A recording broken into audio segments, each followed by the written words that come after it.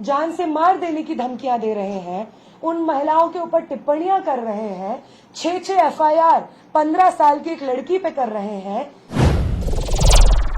उन्होंने जिस तरीके का धोखा इस देश के जेनजी नौजवानों को, मिलेनियल, हर जनरेशन को दे दिया है, वो हम सब के दिलो दिमाग में बसा हुआ है। बाकी कपड़े गंदे हुए हैं, मुंह गंदा हुआ है, एक बार नहा लेंगे, कपड़े धो लेंगे, सब साफ हो जाएगा। उनके मन में जो हिंसा है, वो उनके मन में जो नफरत है, उसका सफाया होना ज्यादा मुश्किल है।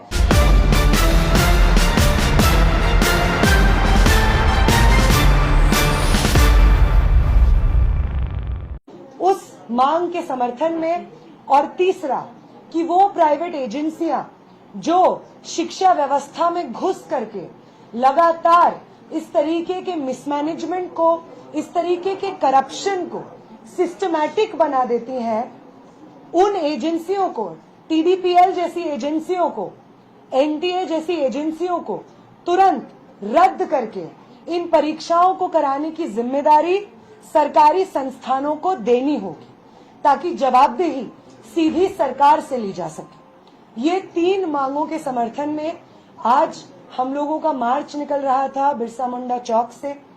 उस मार्च के दौरान जब मैं वहां पे खड़ी हुई थी बैनर के पीछे, मेरे साथ साथी विभा खड़ी थी, बहुत सारी और महिला साथी खड़ी हुई थी, नारा लगा रही थी। तो एक व्यक्ति जिसका नाम अमरनाथ पांडे है, 26 वर्ष के हैं, वो हजारीबाग में रहने वाले हैं, हिंदी ऑनर्स की पढ़ाई कर रहे हैं विनोबा भावे विश्वविद्यालय से, और RSS के मेंबर हैं।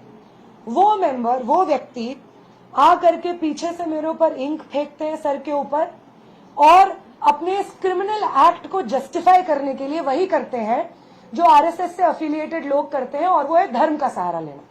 जय श्री राम का नारा वो लगाते हैं। उसके बाद वहां पे जो लोग प्रोटेस्ट में मौजूद रहते हैं, वो उनको पकड़ते हैं और उनको पुलिस के हवाले किया जाता है। इस वक्त वो पुलिस थाने में ही है, उनका डिटेल्स लिया जा रहा है, उनसे बातचीत जारी है। इस तरीके की हिंसा जो RSS और भाजपा के लोग लगातार छात्रों के आंदोलन को कमजोर करने के लिए करते आए हैं, इसके खिलाफ मैं यहाँ से बात रखना चाहूंगी। वो लोग जो क्लेम कर रहे हैं कि झारखंड में जो छात्र आंदोलन चल रहा है जयपाल सिंह मुंडा स्टेडियम में, वो हम चला रहे हैं, राइट विंग चला रहा है, भाजपा चला रहा है, और यहाँ पे हम किसी और को एंट्री नहीं देंगे, वो लोग उन्हीं मांगों के, वहां पे जो अभ्यर्थी हैं, उन्हीं छात्रों की मांगों के बेसिस पे जब हम एक मार्च निकालते हैं, तो सवाल पूछना चाहेंगे हम उनसे कि क्यों आपको ये जरूरत महसूस होती है कि आप उस मार्च को डिसरप्ट करने के लिए वहां पे हिंसा करने की कोशिश करें। अगर आप छात्रों के आंदोलन के साथ खड़े हैं और सिर्फ अपनी राजनीति की रोटियां नहीं सेक रहे हैं, तो आपको इस तरीके के मार्च से कोई प्रॉब्लम नहीं होनी चाहिए जो हम निकाले हुए थे, क्योंकि उसकी सारी मांगे उन छात्रों के समर्थन में थी जो छात्रों की मांगे इस वक्त जयपाल सिंह मुंडा स्टेडियम में छात्र रेस कर रहे हैं। बहुत सारे अभ्यर्थी जयपाल सिंह मुंडा स्टेडियम से हमारे इस मार्च में शामिल हुए थे। झारखंड भर से अलग अलग जिलों से स्टूडेंट्स इस मार्च में शामिल हुए थे, अपनी शिक्षा के मुद्दे, रोजगार के मुद्दों पर आवाज उठा रहे थे। फिर क्यों जरूरी लगता है बार बार भाजपा और RSS को कि वो इस तरीके से प्रहार करे छात्र आंदोलन पे? क्या उन्हें इस बात का गुस्सा है कि मैं और मेरे साथी उस आंदोलन में शामिल थे जिस आंदोलन ने उनकी पॉलिटिकल पार्टी से आने वाले शिक्षा मंत्री का इस्तीफा दिलवाया?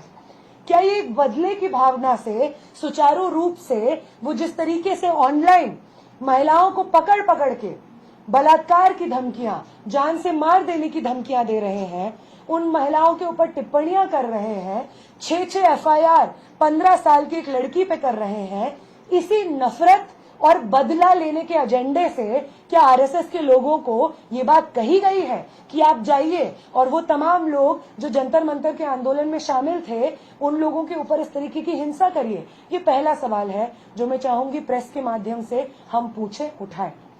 अगली जो चीज है जिस पे हम बात करना चाहेंगे वो ये है कि वो पॉलिटिकल पार्टीज जिन्होंने पिछले महीने में जो हमारा छात्र आंदोलन चल रहा था धर्मेंद्र प्रधान के इस्तीफे के लिए, उसने अपनी एकजुटता जाहिर की, समर्थन जाहिर किया। हम एक्सपेक्ट करते हैं कि वो पॉलिटिकल पार्टीज जो इंडिया अलायंस से हो सकती हैं, जेएमएम हो सकता है, अगर वो हमारे छात्र आंदोलन का समर्थन कर रहे थे तो उन्हें जयपाल सिंह मुंडा स्टेडियम में जो छात्र संघर्ष कर रहे हैं उनकी मांगों को भी मानना होगा, ताकि वो ये फर्क दिखा सके कि छात्र विरोधी भाजपा सरकार के खिलाफ हम सब संगठित क्यों हैं, और छात्रों के हित में अगर वो सही मायने में है तो छात्र आंदोलन जो झारखंड में चल रहा है उसकी सभी मांगों को यहाँ पे झारखंड की सरकार माने। ये हम आखिरी बात मीडिया के माध्यम से सरकार तक पहुंचाना चाहेंगे। नेहा जी, सवाल ये है कि आरएसएस जिस तरीके से काम करती है उसका रजिस्ट्रेशन भी नहीं होता है, उसके कार्यकर्ताओं का भी रजिस्ट्रेशन नहीं होता है, तो कैसे साबित हो पाएगा अदालत में और दूसरी जगहों में कि ये आरएसएस का ही है? हमने देखा है कि गोडसे को भी साबित नहीं कर सकी थी सरकार की वो आरएसएस का है। सर, आप कितना ही व्हाइट वॉश करने की कोशिश करें किसी चीज को, जो व्यक्ति फोटोज डाल रहा है, आरएसएस के लिए पोस्ट कर रहा है, उसके प्रोग्राम्स में जा रहा है, ऑफिशियल रूप से जान से मारने की धमकी दे रहा है अपने सोशल मीडिया से। अभी पुलिस इस चीज को और आप सबके सामने अपनी तरफ से भी रखेगी। हम उम्मीद करते हैं प्रशासन अपना काम करेगी और ये हमला, जानलेवा हमला जो हुआ हमारे साथियों के ऊपर, इस मार्च में जो महिलाएं शामिल थी उनके ऊपर, इस चीज के लिए कौन जिम्मेदार है, वो कौन सी राजनीतिक समझदारी से आता है, कहाँ का है, और प्रशासन और पुलिस उसके खिलाफ क्या एक्शन लेगी। पुलिस की तरफ से हम चाहेंगे कि ये चीज जारी हो, फॉर्मली जारी हो। बाकी पॉलिटिकल आइडियोलॉजी किसकी क्या है, आज के समय पे सोशल मीडिया पे चिल्ला चिल्ला के सब लोग कह रहे हैं, सोशल मीडिया के माध्यम से वीडियो बना के कह रहे हैं कि जान की धमकी, जान से मारने की धमकी दे रहे हैं। तो आप कौन सी आइडिया से एफिलिएटेड हैं, ये आज के समय में अंदाजा लगाना बिल्कुल मुश्किल नहीं है। नेहा जी, एक सवाल होगा कि क्या आज के मार्च के बाद आप लोगों का ये आंदोलन रुक जाएगा या आप लोग अब जयपाल सिंह मुंडा स्टेडियम में जाकर स्टूडेंट के साथ ही बैठेंगे? साथी, मुझे लग रहा है मैं ये करेक्ट कर दूं, जयपाल सिंह मुंडा स्टेडियम में जो प्रदर्शन चल रहा है, पहले दिन से आयशा के साथी वहां पे उन्हीं टेंटों में बैठे हुए हैं पहले दिन से। इसलिए ये बात, जो एक और सवाल आप पूछ रहे हैं कि मैं 14 दिन बाद क्यों आई, मैं आयशा की राष्ट्रीय अध्यक्ष हूँ, लेकिन आयशा झारखंड के साथी इन्हीं झारखंड की सड़कों पे लगातार छात्रों के इस आंदोलन को बुलंद करते रहे हैं, छात्रों के तमाम मुद्दों पे संघर्ष करते रहे हैं। और जब ये आंदोलन उठ खड़ा होता है जयपाल सिंह मुंडा स्टेडियम में, तो पहले दिन से सुबह हो, शाम हो, बारिश हो, धूप हो, रात के सुबह के 8 बजे से लेकर के रात में वहीं सोने तक सब आयशा के साथी उन्हीं टेंटों में सोते थे, इस आंदोलन में पहले दिन से शामिल थे। तो मेरा यहाँ पे आना एक कंटिन्यूएशन है उसी संघर्ष का, और इसलिए वापस जाने की तो कोई बात ही नहीं है। वहां पे जो आंदोलन चल रहा है, हम उस आंदोलन को अपने छात्र आंदोलन का हिस्सा मानते हैं। हम मानते हैं कि वो सभी मांगे हमारी मांगे हैं। क्या विधानसभा मार्च जो उनका होना है 10 तारीख को, उसमें भी आप शामिल होंगी या आयशा के और सदस्य शामिल होंगे? बिल्कुल, जो 10 तारीख को मार्च का कॉल है, उस मार्च को हमारा समर्थन है, और सिर्फ नैतिक समर्थन नहीं है, बाकायदा मोबिलाइजेशन में आपको आयशा के साथ ही उस दिन सड़क पे दिख जाएंगे। आप भी रहेंगे ये सवाल, क्या आप भी रहेंगे? मैं, माफ कीजिएगा, नहीं रह पाऊंगी, क्योंकि बाकी राज्यों में इसी तरीके के आंदोलन कॉलेजेस, यूनिवर्सिटीज में चल रहे हैं जहां पे छात्रों ने इनवाइट किया है, तो मैं पर्सनली नहीं रह पाऊंगी। लेकिन आयशा के साथी जितनी लाठियां पड़ेंगी, अगर पड़ेंगी तो वो आयशा के साथियों पे भी पड़ेंगी। जितना लंबा वो मार्च होगा, उस मार्च में आयशा के साथी भी रहेंगे। आप जो साथी कवर करते हैं झारखंड में मीडिया, आप खुद ये देखेंगे। नेहा जी, लग रहा है कि आपको राइट विंग जो एक्सट्रीमिस्ट है या जो भी कहें उनको, उनसे आपकी जान को खतरा है?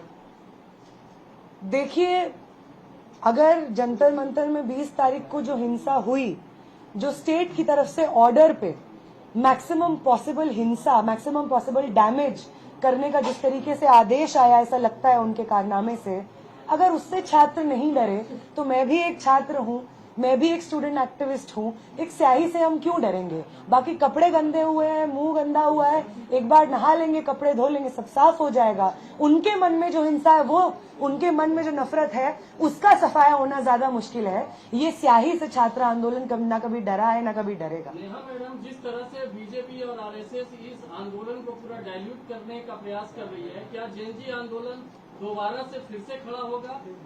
आपका क्या सोचना है? देखिए, वो जेनजी हम इसलिए कहते हैं क्योंकि एक यंग इस देश का यंग मास जो कि अभी आने वाले कुछ समय में वोट करने के लायक बनेगा या अभी पिछले कुछ सालों में वोट करने की एज में आया है, तो जेनजी का वो टर्मिनोलॉजी होता है। और उस लिहाज से बहुत सारे ऐसे स्टूडेंट्स जो जेनजी हैं वो इस वक्त बैठे हुए हैं जयपाल सिंह मुंडा स्टेडियम में। इसलिए भाजपा आरएसएस चाहे तमाम कोशिश कर ले, प्रधानमंत्री वीडियो पे वीडियो बना दें, उनके सांसद पार्लियामेंट से अजीब अजीब हरकतें करें अपने आप को जेनजी के प्रति रिलेटेबल बनाने के लिए, मोहन भागवत चाहे जेनजी के साथ वार्तालाप क्यों ना कर ले, उन्होंने जिस तरीके का धोखा इस देश के जेनजी नौजवानों को, मिलेनियल हर जनरेशन को दे दिया है, वो हम सब के दिलो दिमाग में बसा हुआ है। इसलिए स्टूडेंट मूवमेंट को हाईजैक करना उनके बस की नहीं है और ना उन्हें आता है कि स्टूडेंट मूवमेंट में ऑनेस्टली हिस्सा कैसे लिया जाता है। अगर उन्हें आता तो ये जो आज का मार्च हुआ, जो स्टूडेंट्स के तमाम मांगों के समर्थन में ही था, उसमें ये लोग हिंसा नहीं करते।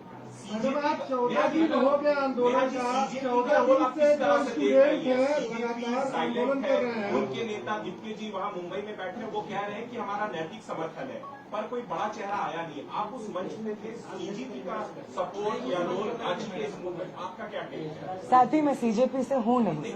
आप उस मंच पे हम तो मेरा ये जानना है, क्योंकि आप उस मंच पे थी, आप भूख हड़ताल में शामिल हैं, कि आपको क्या लगता है कि सीजेपी क्यों एक्टिव नहीं हो रही? रांची के बच्चे क्या बच्चे मंच पर नहीं थे, मंच पर नहीं जाने दिया था? ठीक है, ऐसा नहीं, मैं ये कह रही हूँ साथी, कर लेंगी अपने को। मैं अपने को क्यों डिफेंड करूंगी? मैं तो यहाँ पे रांची में इस प्रदर्शन में शामिल हूँ, स्टेडियम में भी मैं गई हूँ। साथी, मैं सीजेपी को डिफेंड नहीं करूंगी क्योंकि मैं जानती नहीं हूँ उन्होंने जो नैतिक समर्थन दिया है। और इनफैक्ट जितना मैं न्यूज पढ़ती हूँ, समझती हूँ, उन्होंने ये भी कहा है कि वो इस प्रदर्शन में रांची भी आएंगे, तो वो जल्द से जल्द रांची आए। मैं इसी चीज की उम्मीद करती हूँ।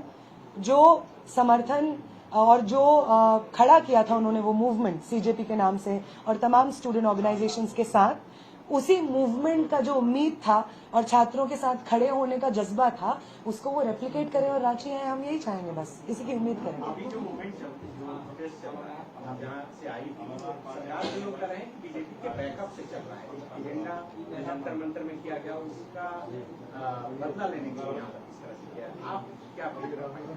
देखिए, बहुत सारे ऐसे छात्र जो जेपीएससी परीक्षा में धांधली की मार न सिर्फ इस साल बल्कि लंबे समय से झेलते हुए आ रहे हैं, उनका दुख और दर्द झूठा नहीं है। कोई भाजपा उन्हें नहीं सिखा सकती है कि आपका दर्द है। जो जेएसएससी सीजीएल में हुआ, धांधली हुई और तमाम छात्रों के रोजगार के, भविष्य के सपने टूटे, वो झूठा नहीं है। ये मूवमेंट छात्र अपने मर्जी से एकजुट होकर के लड़ रहे हैं और भाजपा इस चीज का कितना भी श्रेय लेने की कोशिश करे, वो छात्र जो जयपाल सिंह मुंडा स्टेडियम में बैठे हुए हैं, वो छात्र किसी बैनर को खुद ही कह रहे हैं कि हम बैनर के तले नहीं है। हमने एक कमेटी बनाई है, रिफॉर्म कमेटी, उसी से हम लोग जारी करते हैं अपने जितने भी कॉल्स होते हैं। तो वो ये कहते हैं। और जहां तक भाजपा और इन तमाम लोगों की बात आए, तो जैसा मैंने कहा, अगर भाजपा के लोग शामिल हैं, बहुत अच्छी बात है कि उनको देश भर में जब आंदोलन चला, धर्मेंद्र प्रधान के खिलाफ, उनकी सरकार के खिलाफ था, तो उनके अंदर छात्रों के प्रति ये सहानुभूति नहीं जगी। अब जग गई है, बहुत अचंभे और हिपोक्रेसी की बात है। लेकिन कोई नहीं, वो अगर है तो हम भी हैं। हम उस आंदोलन में भी थे जो देश भर में लड़ा गया, और हम लेफ्ट से हैं, आईसा से हैं, तो उस आंदोलन की जो सिंसेरिटी थी, जो ऑनेस्टी थी, जो झुका नहीं लाठियों के सामने, पैलेट गन्स के सामने, हम उसी मजबूती के साथ और राजनीतिक प्रतिबद्धता के साथ इस मूवमेंट में भी शामिल हैं। सब लोग शामिल हैं, सब लोग शामिल हैं। कई छात्रों से बात की हमने, कई छात्रों ने नया बोरा का खासकर विरोध किया है, क्योंकि वो दिल्ली के जंतर मंतर पर देश विरोधी नारे लगाते और उस मंच को साझा करते नजर आए जो कांग्रेस जनता है। आप पत्रकार हैं, कौन से चैनल से आप? मैं इंडिया टाइम। किससे? India time. आप पत्रकार हैं, आपको सूट नहीं करता है कि आप इस तरीके की फेक इंफॉर्मेशन को सवाल के रूप में पूछें। आपसे मैं पूछ रही हूँ सर, मैं आपसे पूछ रही हूँ सर, आपसे पूछ रहे हैं, अगर आप मुझे एक वीडियो दिखा सकते हैं कौन सा देश विरोधी नारा लगा है। अगर भाजपा के 3 लोग आपको मिलके कह रहे हैं कि देश विरोधी नारा लगा है और आप उसको हजारों छात्रों की तरफ से रिप्रेजेंटेशन के फॉर्म में पेश कर रहे हैं, तो ये तो सच नहीं है। और दूसरी बात, उस प्रोटेस्ट में जो जंतर मंतर पे हुआ, पहले दिन से लेकर के आखिरी दिन जब तक वो प्रोटेस्ट चला, मैं पर्सनली उस प्रोटेस्ट में हर रोज, हर सुबह, हर रात शामिल थी। एक नारा उस प्रोटेस्ट में नहीं लगा है जो देश के विरोध में हो। मोदी के खिलाफ नारा लगा है, हाँ।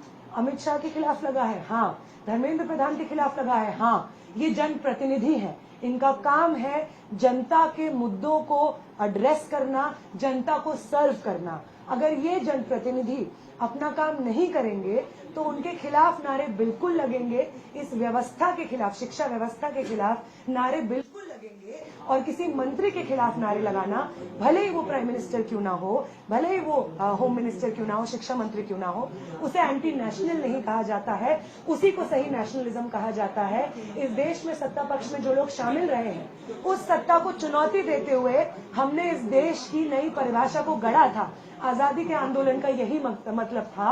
और तब भी यही लोग जो आज कह रहे हैं कि देश विरोधी नारे लगे थे, वो भगत सिंह को देशद्रोही कहते थे, वो तमाम स्वतंत्रता सेनानियों को देशद्रोही कहते थे, गोडसे के साथ खड़े होते थे, गांधी के हत्यारों का जय जयकार करते थे। ये अभी भी वही लोग हैं जो आज कह रहे हैं कि जंतर मंतर का वो प्रोटेस्ट जो तमाम छात्रों के लिए खड़ा हुआ वो देश विरोधी था। ये वही लोग हैं जो गांधी को भी देश विरोधी कहते थे, भगत सिंह को देश विरोधी कहते थे, स्वतंत्रता सेनानियों को देश विरोधी कहते थे। विनोद जी, पहले एक चीज